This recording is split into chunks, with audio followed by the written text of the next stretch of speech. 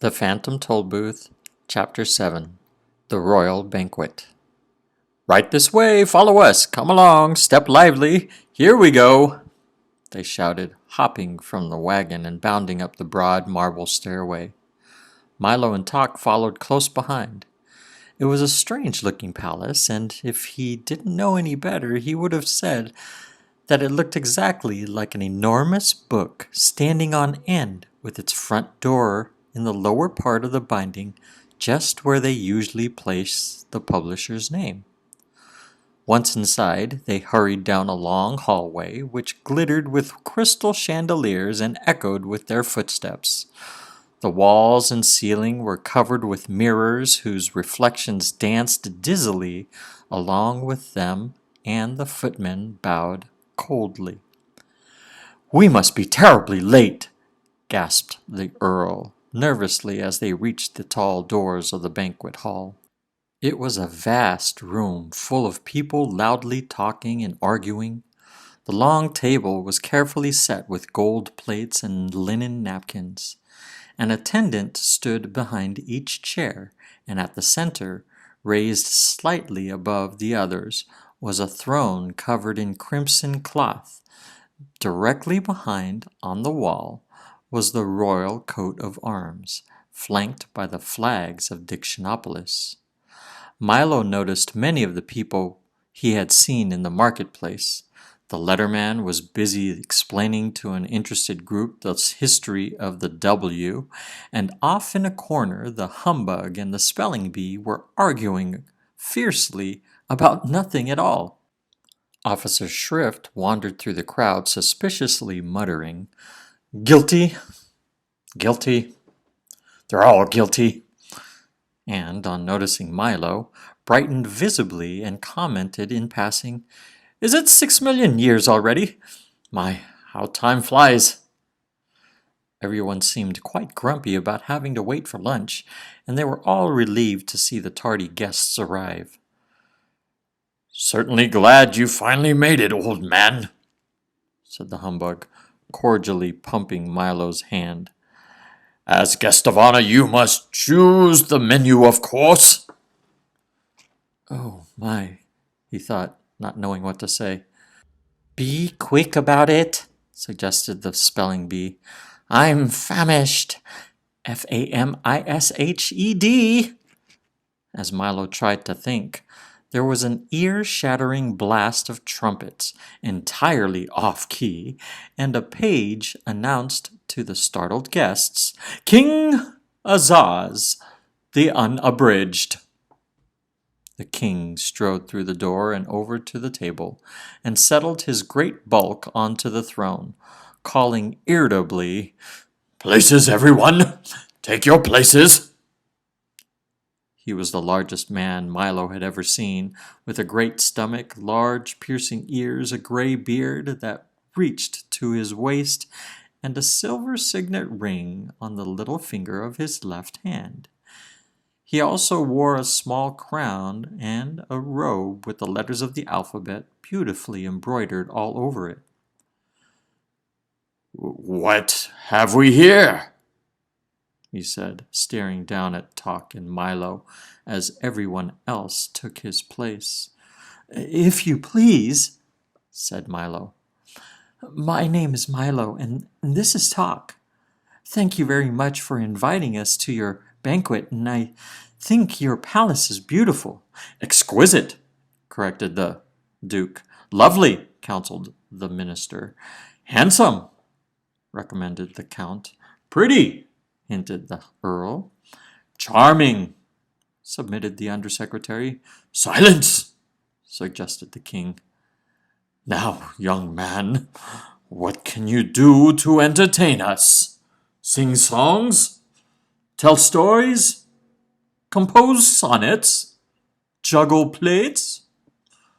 Do tumbling tricks? Which is it?" "I can't do any of those things," admitted Milo. "What an ordinary little boy," commented the king. Why, my cabinet members can do all sorts of things. The Duke here can make mountains out of molehills. The minister splits hairs. The Count makes hay while the sun shines. The Earl leaves no stone unturned. And the Undersecretary, he finished ominously, hangs by a thread. Can't you do anything at all? I can count to 1,000, offered Milo. Numbers. Never mention numbers here. Only use them when we absolutely have to, growled Azaz disgustedly. Now, why don't you and Talk come up here and sit next to me, and we'll have some dinner? Are you ready with the menu? Reminded the humbug. Well, said Milo, remembering that his mother had always told him to eat lightly when he was a guest. Why don't we have a light meal? A light meal it shall be, roared the bug, waving his arms. The waiters rushed in, carrying large serving platters, and set them on the table in front of the king. When he lifted the covers, shafts of brilliant colored light leaped from the plates and bounced around the ceiling, the walls, across the floor, and out the windows. Not a very substantial meal, said the humbug, rubbing his eyes, but quite an attractive one. Perhaps you can suggest something a little more filling. The king clapped his hands. The platters were removed, and without thinking, Milo quickly suggested, "Well, in that case, I think we ought to have a square meal of—" "A square meal it is!" shouted the humbug again. The king clapped his hands once more, and the waiters reappeared carrying plates heaped high with steaming squares of all sizes and colors. "Ugh," said the spelling bee, tasting one. "These are awful." No one else seemed to like them very much either, and the humbug got one caught in his throat and almost choked. "Time for speeches," announced the king as the plates were again removed and everyone looked glum. "You first," he commanded, pointing to Milo. "Your Majesty, ladies and gentlemen," started Milo timidly, "I would like to take this opportunity to say that in all the—" "That's quite enough," snapped the king. "Mustn't talk all day." "But I'd just begun," objected Milo. "Next," bellowed the king. "Roast turkey, mashed potatoes, vanilla ice cream," recited the humbug, bouncing up and down quickly.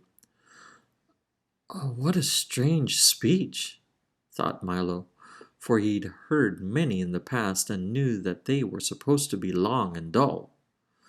"Hamburgers, corn on the cob, chocolate pudding, pudding," said the spelling bee in his turn. "Frankfurters, sour pickles, strawberry jam," shouted Officer Shrift from his chair. Since he was taller sitting than standing, he didn't bother to get up. And so down the line it went, with each guest rising briefly, making a short speech, and then resuming his place. When everyone had finished, the king rose. "Pâté de foie gras, soupe à l'oignon, faisan sous cloche, salade endive, fromage et fruits et demi-tasse," he said carefully, and clapped his hands again. The waiters reappeared immediately, carrying heavy, hot trays, which they set on the table. Each one contained the exact words spoken by the various guests, and they all began eating immediately with great gusto. "Dig in," said the king, poking Milo with his elbow and looking disapprovingly at his plate. I can't say that I think much of your choice. I didn't know that I was going to have to eat my words, objected Milo. Of course, everyone here does, the king grunted. You should have made a tastier speech. Milo looked around at everyone busily stuffing himself and then back at his own unappetizing plate. It certainly didn't look worth eating, and he was so very hungry. Here, try some somersault, suggested the Duke. It improves the flavor. Have a rigmarole, offered the Count, passing the bread basket. Or a ragamuffin, seconded the minister. Perhaps you'd care for a synonym bun? Suggested the Duke. Why not wait for your just desserts? Mumbled the Earl indistinctly, his mouth full of food.